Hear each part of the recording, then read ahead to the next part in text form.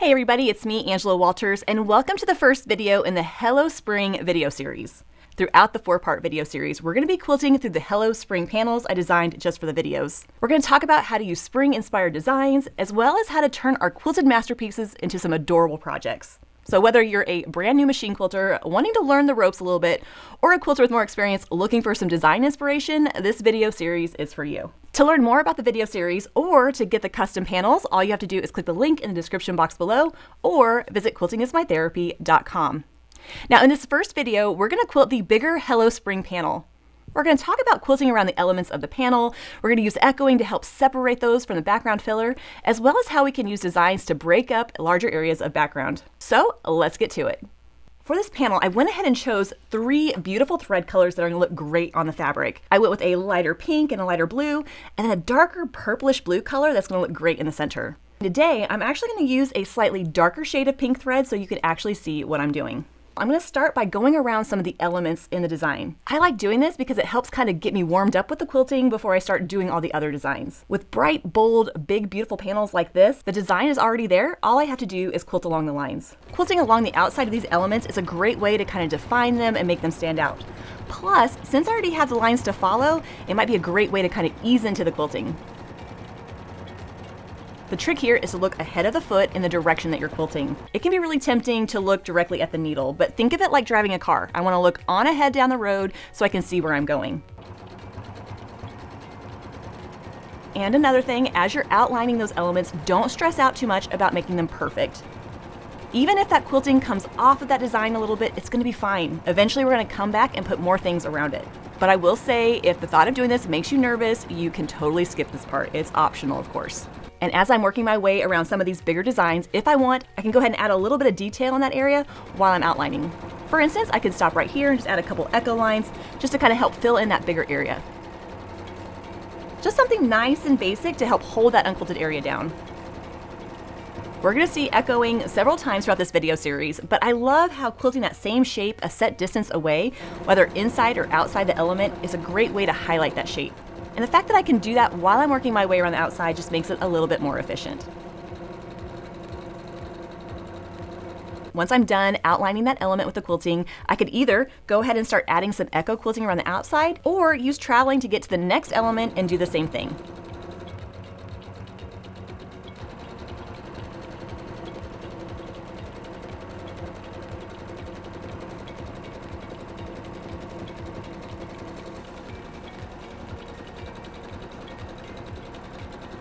And as you're working your way through an area, chances are you're going to find yourself getting stuck or maybe not ending up exactly where you want to. If that happens, you can just use traveling or echoing to help you maneuver your way to the next part. Or, of course, you could always tie off and start a new line of quilting. Since I like to keep the quilting momentum going, I usually use traveling to help me get around the area. Now, eventually, after I'm done outlining all these elements, I'm going to add some filler designs around them. But sometimes I'll find myself in an area that might be tricky to get back to later. So, for instance, in this area, while I'm here, I might go ahead and add some echoing or pebbles or swirls or something just to kind of quilt it while I'm in that area. And again, I'm using this darker pink thread so that you can see the quilting as I'm filming. But if I were quilting this on an actual quilt, I would use the lighter pink color or the lighter blue here so that it blends in and gives me that nice, beautiful texture. Now, depending on how dense you like your quilting, you might decide to leave areas like this unquilted, or you might want to add some more details in there. For instance, here, if I wanted, I could add a little bit of echoing around the outside of that leaf, or maybe add a line right down the center. Either way is going to look great. It just kind of depends on the look you're going for.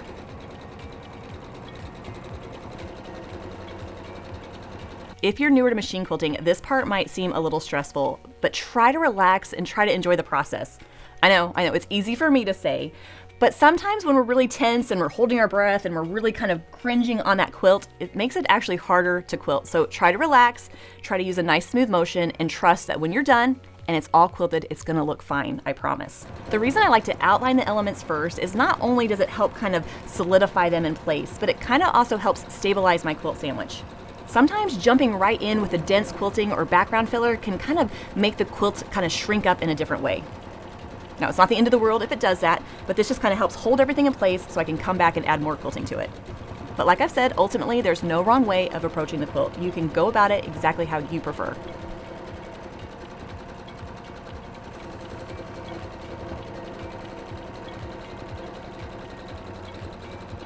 I gotta tell you, one of my worst habits when I'm quilting on a sewing machine is not repositioning my hands enough as I'm going.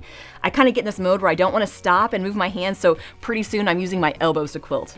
That's actually not going to result in great quilting. So one thing that will help you keep those lines nice and smooth and help you be more satisfied with the quilting is to reposition your hands often. You have the most control of your quilting when your hands are on either side of the needle. So as your hands start to move past that, it's time to pause and reposition.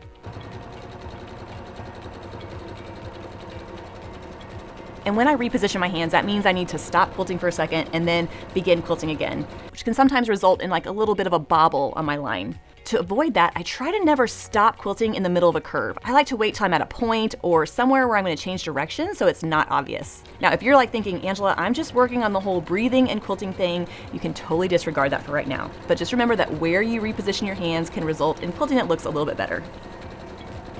Now, if you watch any of my videos, you know that I love echoing. Echoing is just quilting the same shape a set distance away from something else. So in this example, echoing would be going around this element. I love echoing because it helps separate it from the filler and really helps make it stand out. But like the outlining, this is totally optional.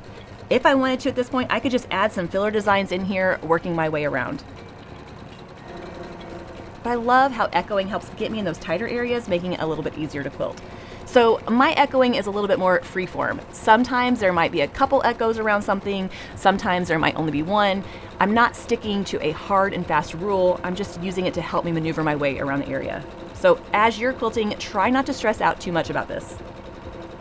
Add some echoing where you want, leave it out where you don't, and keep on going. The most important thing here is that the whole area is filled in as completely as possible. The trick to echoing is to try to keep the line as smooth as possible. Even if that line gets further or closer to that element, it's still gonna look great. So just like I already said, look ahead of the needle in the direction you're heading and trust your hands to bring you there. And as you're echoing, if you wanna switch it up a little bit, you can throw in some other designs as you go. You can throw in some leaves or some swirls or really anything you want. Since I already had these leaves that look like Paisleys, I thought why not add some with the quilting? Sometimes echoing around longer lines is a little tricky. So for some of these longer, bigger elements, you can skip the echoing altogether. It'll still look great, but it'll be a little bit easier to quilt. But whether I decide to echo or not, I'm still gonna fill in those areas kind of while I'm there. So I'm gonna keep on working my way around the panel, kind of using that outlining, adding echoing on the inside when necessary, echoing outside when necessary, and filling in some of those unquilted areas. I'm not so much worried about any of this unquilted area in the background. I'm gonna come grab that at a later point. Now, I like to use 1/4 inch spacing with my echo lines.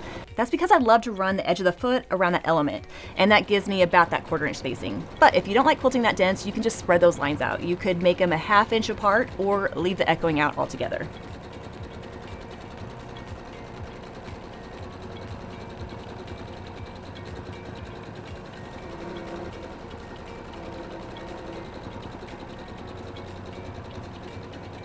Now sometimes as you're working through a panel or a quilt, you'll have a bigger design like this, something that's a little too big to leave unquilted. Now in some of these other elements on the panel, I added some echoing on the inside, but this, I think I'm gonna go ahead and add some detail by going around the outline of those petals.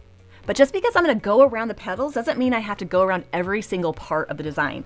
For instance, these little circles in the center are teeny tiny and nobody wants to quilt around those.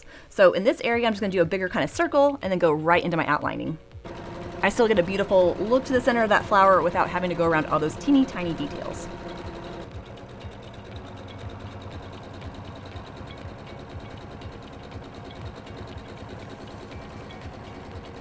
And try to have some fun with this. As you're quilting along those petals, I could add some little details in there, I could echo them, I could skip some if I want. It's just a lot of fun kind of making it up as you go. I know I've said this before, but I'm going to say it again. Don't worry if your quilting isn't perfectly on the lines. Just get it as close as you can, knowing that when you're done and you step back, you're going to see that beautiful design.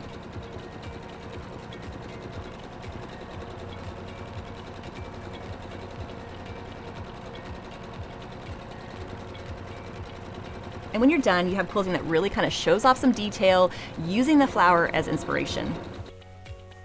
And even if every single part of the flower is not the same, it's totally fine. So some of these petals have echoes, some of them don't, and I'm totally okay with that. Now that I'm done with the smaller flower, let's tackle the bigger flower in the center of the panel. This big, beautiful flower in the center is kind of the focal point of the whole panel. And at first glance, it looks pretty big and might be a little daunting, but instead of focusing on the whole thing, let's instead focus on the individual elements of that flower. It's kind of the same as I did on the smaller flower, I'm just gonna add some more detail in there. If I really wanna show off the individual parts of this flower and make them shine, I can use echoing. I know, big shocker there, right? You're like, oh my gosh, she's gonna echo. But in this example, I'm gonna echo around the outside just to kind of help separate each row of petals from each other. And then in the rest of the unquilted area, I could add some more echo lines or a different design to really just kind of help fill it in. So just like I did on that smaller one, I'm gonna start in the center, quilt a bigger kind of circle just to kind of hit the center of that flower. So I'm gonna start by outlining that petal and then adding some echoing around the outer side.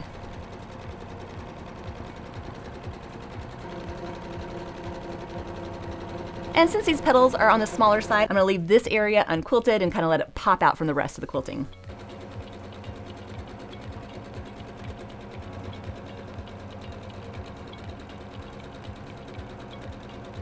So unlike true echoing, where I would echo around the whole inside of this shape, I'm just echoing around this outer area right here. It doesn't change the look of the flower a whole lot, but it does make it a little bit more efficient to work my way around the circle.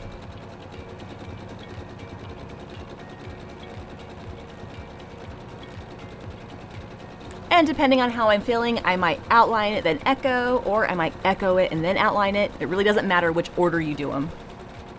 And there I have my beautiful center flower. It might not be perfectly on the lines, it might not go around every single detail, but it still looks great. Now in this example, I've outlined my petal and added some echoing around that outer edge. Now in the rest of this unquilted area, I can add any filler in here. So to start off kind of nice and easy, I'm gonna do just a meandering line that works my way to the other side so I can continue on with my petals. And really the purpose of the design I put in here is just to kind of smash down that area and make this echoed line stand out. So in this area, you can use any design you want. You could do back and forth lines, you could do wishbones, swirls, a meander, really anything you feel comfortable doing. What I love about this is it takes that bigger area and breaks it up into more manageable chunks, which I can then fill in with my designs. And if I want, I can use this opportunity to practice some different filler designs. Especially since I'm just working within a smaller area, it's just a perfect way to give it a little try without committing to using something over the whole quilt. And now I'm gonna keep on that same plan, quilting around my petals, adding those echoes, and then filling it in. And at this point, you could switch up the filler designs you're using in each petal, you could do the same one in each row and change it up as you go out, or you could do the same thing. It just really depends on what you feel like doing. Now in this example, I'm quilting each petal before moving on. To me, that just makes more sense. But if you wanted, you could outline and echo each petal and then come back in and add the filler. How you approach a quilt is totally up to you, and just because I show it one way, it doesn't mean that you can't change that up. And if you don't want to switch up the designs in your petals, you can just add more echo lines. The idea here is I just want to fill everything in as completely as possible. So give me that same flowery kind of look, but be a little bit less dense. I'm going to keep doing that, quilting around my petals and filling them in with either echo lines or other designs until that whole area is filled in. And then we'll talk about quilting the background area.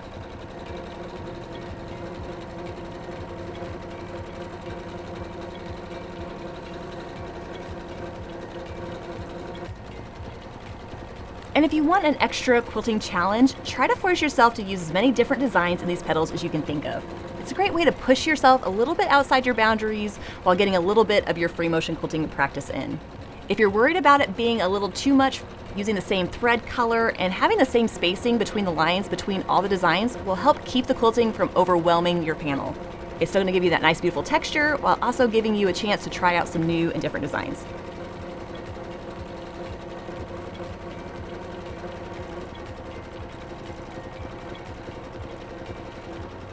Now, as I'm quilting and echoing and working my way around those elements of the panel, I could keep building off of that until I fill in the whole background area. But for a slightly different option, I'm gonna pause on that part and quilt some leaves so that they work their way around that center part of the panel. It doesn't have to be precise, it doesn't have to be perfect, it's just gonna somewhat follow that curve. Now, if you're somebody that likes to plan that out before you start, you could actually take a marking tool and mark a general line to follow. But for me, I'm just gonna kind of eyeball it. So I'm going to start by quilting a shape that's wider in the middle and pointier at the end. something like this right here. It doesn't have to be perfect. It doesn't have to be symmetrical. Like I said, I just want it kind of rounder in the center and pointier at the end.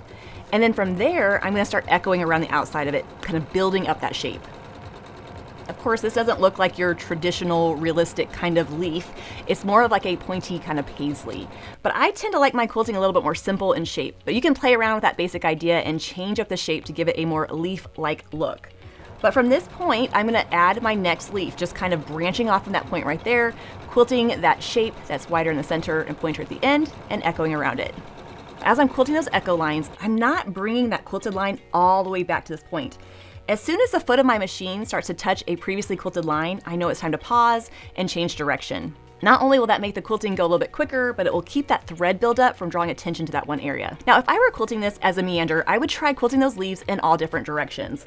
But since I'm trying to make it more of a directional kind of design, I'm going to use echoing to help me maneuver around. So from this point, I'm going to echo around my leaves so I can get to here and add my next one that branches out in the same direction.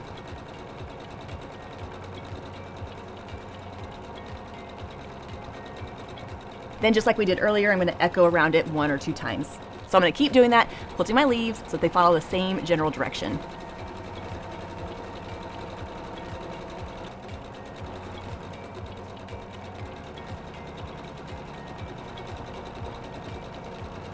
Now, as I'm quilting, I'm noticing they're really kind of going in a row, but I really kind of want to build up this shape and not have it be so narrow. So I'm going to use echoing to help me maneuver around and add more leaves so it fills in that area. Even though I'm running this row of leaves to kind of move in a general direction, doesn't mean that all my leaves have to actually point that same way. So quilting some of them that point in slightly different directions is just going to kind of help build up that whole shape. But as I'm quilting, I'm not worrying too much about what this is looking like right now, because I know that eventually I'm going to come in and put more quilting around it. Now up to this point, as I've been quilting these leaves, I've been coming all the way back to the beginning and then quilting my next one. But I can actually branch them off at any point. So right here, I've quilted my leaf and echoed it a few times. This time I echoed it out to the point, and instead of echoing my way all the way back here, I can stop at this point and quilt another leaf so that it branches off. It might look a little weird right now, but when I come back and fill in all around it, you're not even going to be able to see where that was at. And as I'm quilting, if I feel like it's getting kind of narrow or I want to build it up, I can work my way back and add some more leaves.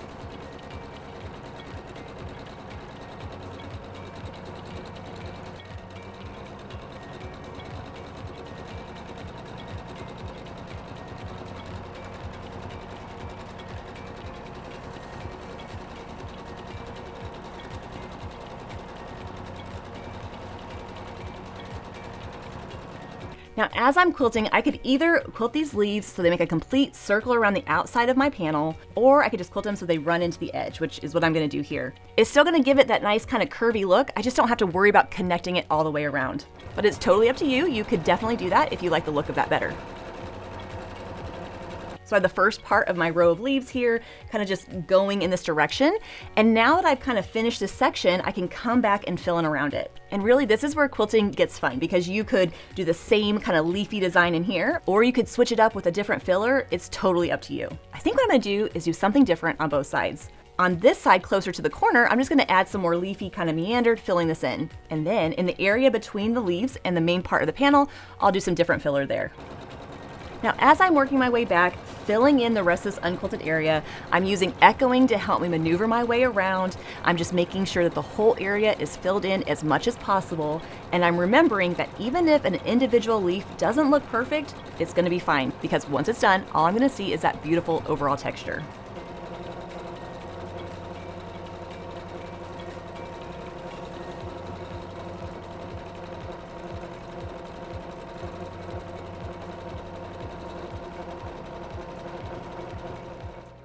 And I love how I have that beautiful texture that kind of works its way around that panel. Now I have an unquilted area right in between the center of my panel and that corner. So from here I can start adding more echo lines around the elements, adding some more details with the quilting, and just filling in the rest of that area. So I'm going back, adding some more echoing, and just filling in any of those unquilted areas with other designs. I can fill in those areas with more echo lines, or really throw in any shapes that I want. In fact, one thing I like to do is mix it up as I'm quilting. It just keeps it a little bit more engaging and fun and lets me try all the different designs. But if you don't like the idea of like swapping between designs, just pick one and fill in those areas. Or if I want to switch it up even more, I can throw in a third quilting design right here. One thing I love to use is wishbones. Wishbones are a great design because it goes from one side to the other and can fit those irregularly shaped areas like this. Now, if you're newer to machine quilting, this might not be the technique to start out with, but just remember that you can combine different designs and different techniques to fill in an area. Since this wishbone is filling in the space between the other two designs, it's going to be the last thing I quilt. So I'm going to build up that center part, add my corner detail, and then come in and add that wishbone or a different design to fill in that area.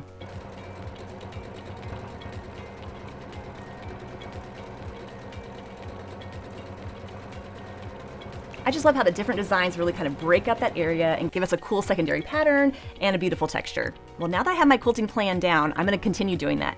Quilting around the elements in my panel, adding my details in the corner, and then filling in between them with a different design. So I'm going to finish that up and I'll show you what it looks like when I'm all done.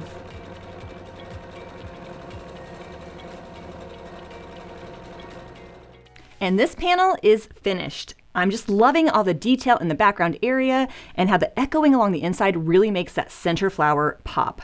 And like we've already seen, you don't have to go around every detail in the panel. You can pick and choose what you want to highlight with the quilting.